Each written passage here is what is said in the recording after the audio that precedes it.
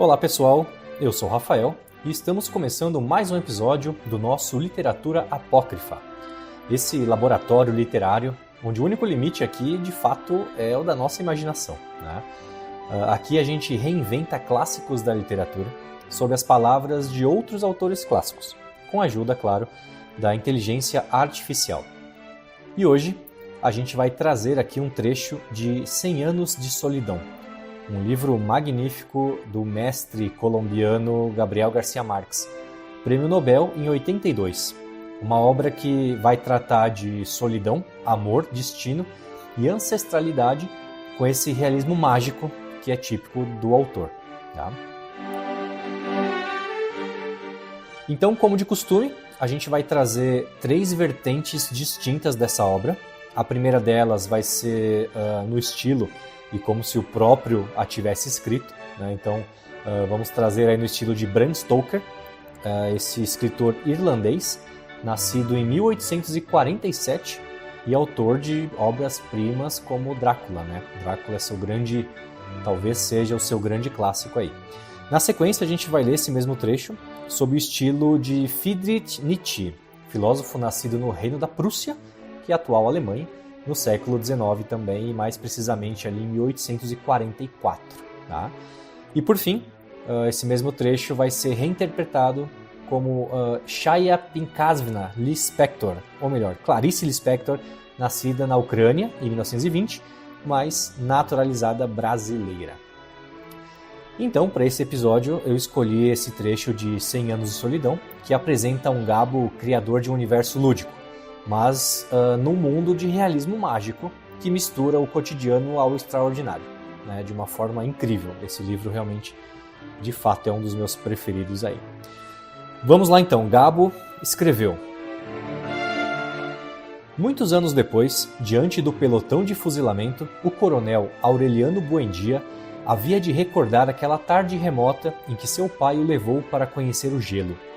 Macondo era então uma aldeia de 20 casas de barro e taquara, construídas à margem de um rio de águas diáfanas que se precipitavam por um leito de pedras polidas, brancas e enormes como ovos pré-históricos.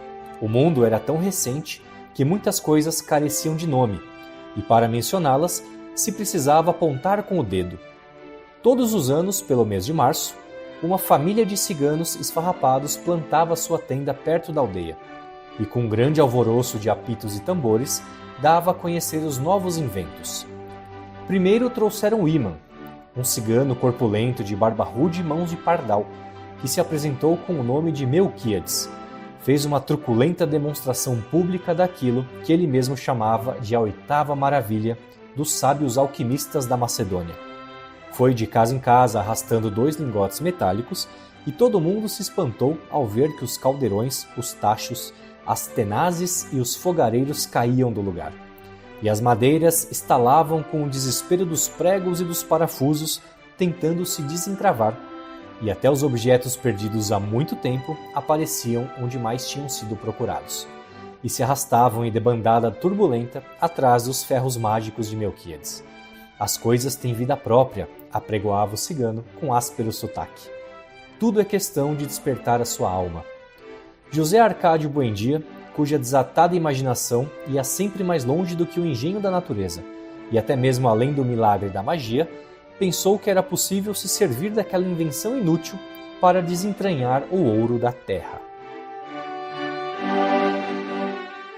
Vamos deixar as considerações para mais tarde, tá? Mas repara como a escrita do Gabo ela é repleta de elementos que criam uma ambientação de fantasia poética, né?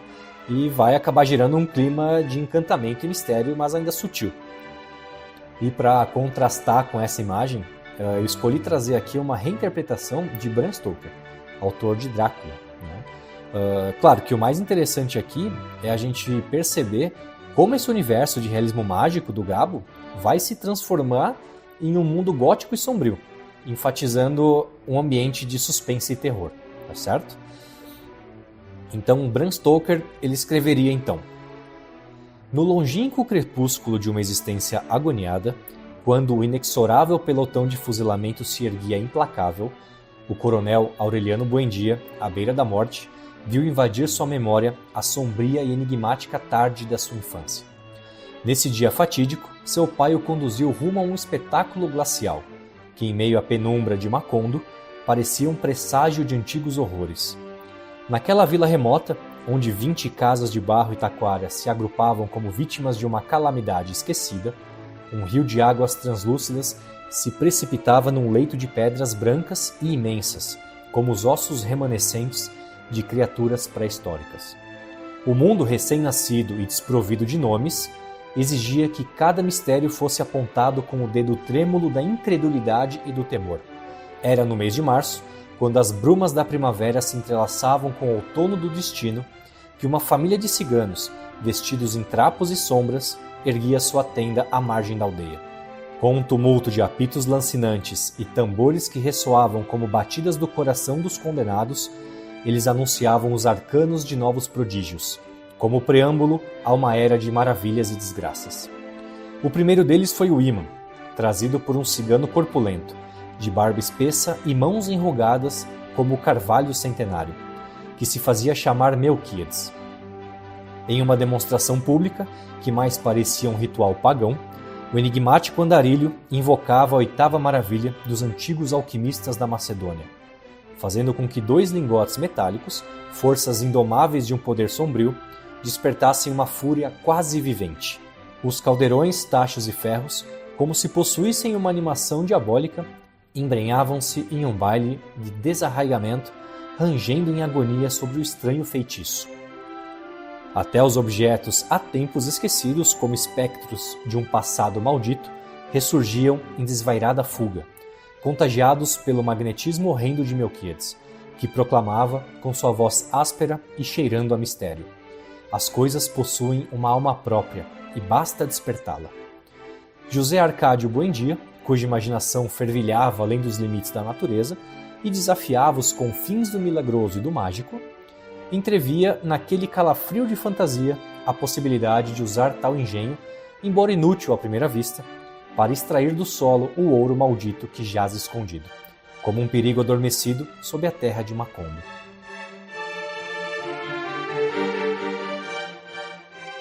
E saindo desse universo de horror vitoriano, passamos para o universo de Clarice Lispector, em uma abordagem mais intimista e poética, que vai acabar enfatizando a introspecção e a subjetividade. Tá? A gente pode reparar como nesse universo de Clarice, a linguagem ela vai se tornar mais delicada e fluida, quase que como se tivesse voltada para a exploração do interior das experiências e das emoções. Tá? Então assim teria escrito Clarice. Na penumbra dos anos, quando o destino se encontrava face a face com o inescapável, o coronel Aureliano Buendia se via à beira do esquecimento e fora dele, relembrando com exata precisão de uma memória que pulsa aquela tarde distante em que o seu pai lhe apresentou o gelo. Macondo, ainda corando jovem, era uma aldeia modesta, composta por 20 casas de barro e taquara, abrigadas junto a um rio de águas translúcidas que se lançavam vivas e impetuosas por um leito de pedras polidas, brancas e imensas como ovos vindos de um passado ancestral. Naquele tempo em que o mundo despertava, as coisas ainda não sabiam seus nomes, e a identificação se fazia pelo gesto, o dedo indicando, tímido, a existência do inominável. E como no ritual anual, no mês de março, uma trupe de ciganos desfeitos e rebeldes montava sua tenda à beira da aldeia, trazendo consigo o ruído dos apitos e dos tambores, anunciando os segredos dos inventos que pareciam ter sido teimosamente arrancados do universo. Num primeiro ato de magia, entre os murmúrios e a incredulidade, surgiu o ímã, um cigano forte e ríspido, com mãos que lembravam as garras de um pardal, apresentou-se com o nome de Melquíades, um nome que ecoava como um enigma. Ele, com ares de feiticeiro, demonstrou a oitava maravilha dos alquimistas da própria Macedônia, revelando o poder escondido nos lingotes metálicos que arrastava de porta em porta. Cada lar experimentava a subversão do natural. Caldeirões, tachos, tenazes e fogareiros, em um repasto de deslocamento e ruído, erguiam-se em protesto, enquanto as madeiras sussurravam um lamento antigo e pregos e parafusos, em uma dança de desamparo, buscavam se libertar. Até mesmo os objetos há tanto esquecidos emergiam, como se a eletricidade de Melquíades despertasse em cada coisa uma essência ancestral, despertada, vibrante e fugidia. Cada objeto tem uma vida secreta, proclamava o cigano com um sotaque que era ao mesmo tempo rude e profundo. É apenas preciso despertar a sua alma. E José Arcádio Buendia, cujo imaginário livre vagava além dos confins da razão, enxergava naquela febril demonstração uma possibilidade: a de empregar tal arcano para desvendar os tesouros ocultos nas entranhas da terra, como se a utilidade pudesse emergir do inútil, a verdade fora daquilo que se considerava magia.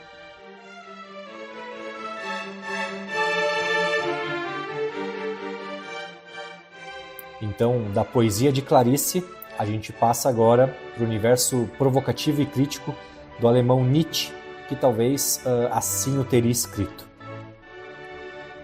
Em um tempo que se esvaiu como o sopro de um demiurgo enfraquecido, o coronel Aureliano Buendia, prestes a encarar o julgo de uma morte anunciada, recordava com a frieza de um espírito que já havia desprendido-se das amarras dos valores comuns aquela tarde irônica em que seu pai o iniciou nos mistérios do gelo, a primeira e última encarnação da transformação eterna da matéria. Macondo, em sua auréola de ingenuidade primitiva, apresentava-se como um vilarejo de 20 moradas de barro e taquara, erguidas à margem de um rio cujas águas translúcidas e impassíveis corriam sobre um leito de pedras, símbolos petrificados do labirinto natural, tão vastas e enigmáticas como os segredos que se ocultam nos abismos do ser. Nesse mundo ainda em seu nascimento, onde os nomes eram tão efêmeros quanto as sombras dos instantes, apontar com o dedo era o único ritual capaz de invocar a existência das coisas. E anualmente, como se a própria roda do destino se recusasse a aceitar a monotonia da existência, uma família de ciganos, cujas vestes e palavras eram despojadas de toda a convenção, instalava sua tenda na periferia daquele universo embrionário. Com o intrépido dos apitos e dos tambores, anunciam os novos ídolos técnicos, os prodígios que desafiam os limites da razão e da tradição.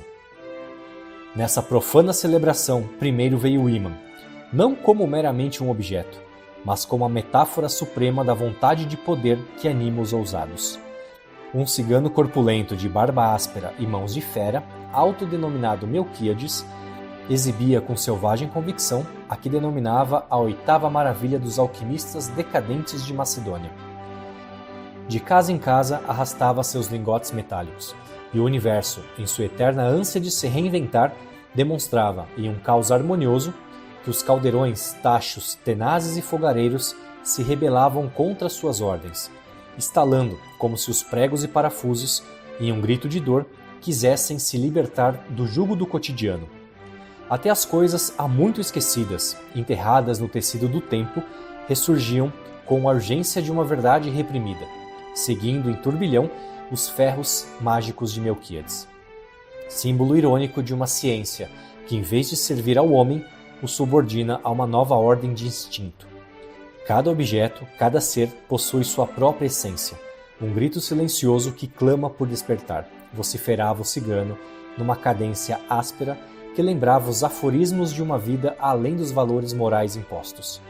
Para José Arcádio Buendia, cuja imaginação ululava distâncias inalcançáveis por qualquer ciência comum, aquele prodígio era um convite subversivo. A ideia de que em um mundo onde a natureza se esquiva de explicações fáceis, a vontade humana ainda poderia aspirar e extrair dele o ouro metafórico, a essência crua e pura da existência. Assim se revelava a natureza do mundo, um eterno devir, um palco de provações e reversos, onde a magia e o milagre se entrelaçavam para ridicularizar aquilo que chamamos de ordem, ensinando, através da provocação e da ironia, que a realidade se compõe de uma sucessão interminável de transformações, onde o desgosto pelo destino é tão inevitável quanto a ascensão do espírito livre que ousa renunciar aos ídolos do passado.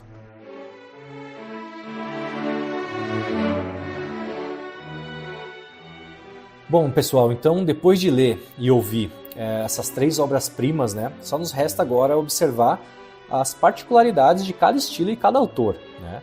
E é incrível como a narrativa, sob ótica de outro estilo, ela vai nos levar para outros mundos e desfechos, né?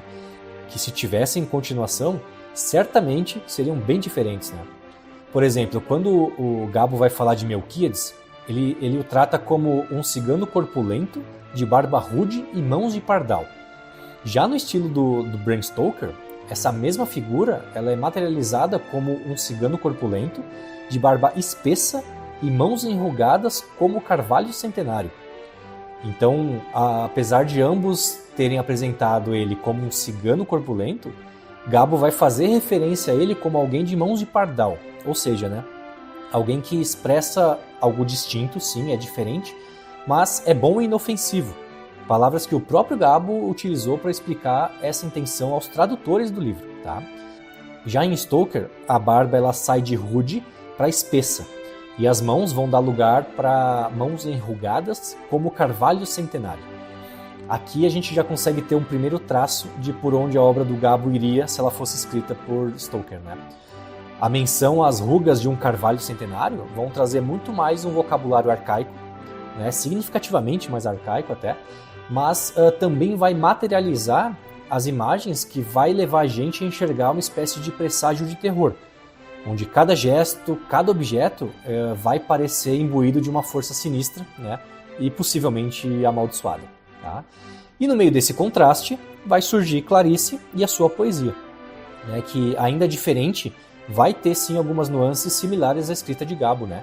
Exemplo disso é quando ela apresenta o Melquíades como um cigano forte e ríspido, com mãos que lembravam as garras de um pardal. Clarice mantém as mãos de pardal, então, mas ela reforça a postura forte e ríspida do cigano, né, do Melquíades. E isso vai nos levando para o estilo dela, de transferir a materialidade para o simbólico, sempre tentando transformar cada imagem numa espécie de metáfora da condição humana, né? E Nietzsche, por sua vez, ele vai reescrever a cena de Melquíades como um cigano corpulento de barba áspera e mãos de fera. Aqui é muito mais de forma direta e sem muita margem à interpretação, né? Ele vai sintetizar esse indivíduo a um lugar que, mesmo sutil, vai colocar ele nesse espectro metafórico de vontade de poder, que vai se reforçar em outros trechos da escrita do autor também, né?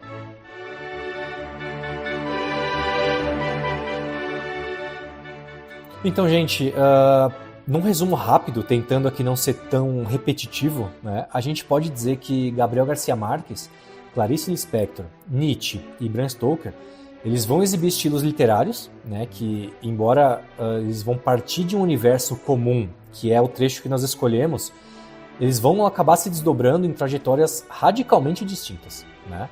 Enquanto Gabo vai deslumbrar com o realismo mágico, onde o extraordinário vai acabar se integrando no cotidiano, dessa forma vibrante e quase expansiva, Clarice vai direcionar o leitor numa jornada interna repleta de sutileza poética e introspecção, né? E vai revelar, assim, algumas minúcias de sentimento e da própria existência, né? Já Nietzsche, utilizando essa prosa aforística, né? Ou seja, essa prosa que expressa de forma sintetizada uma regra, né? Ou uma prática, muito usada na filosofia, né?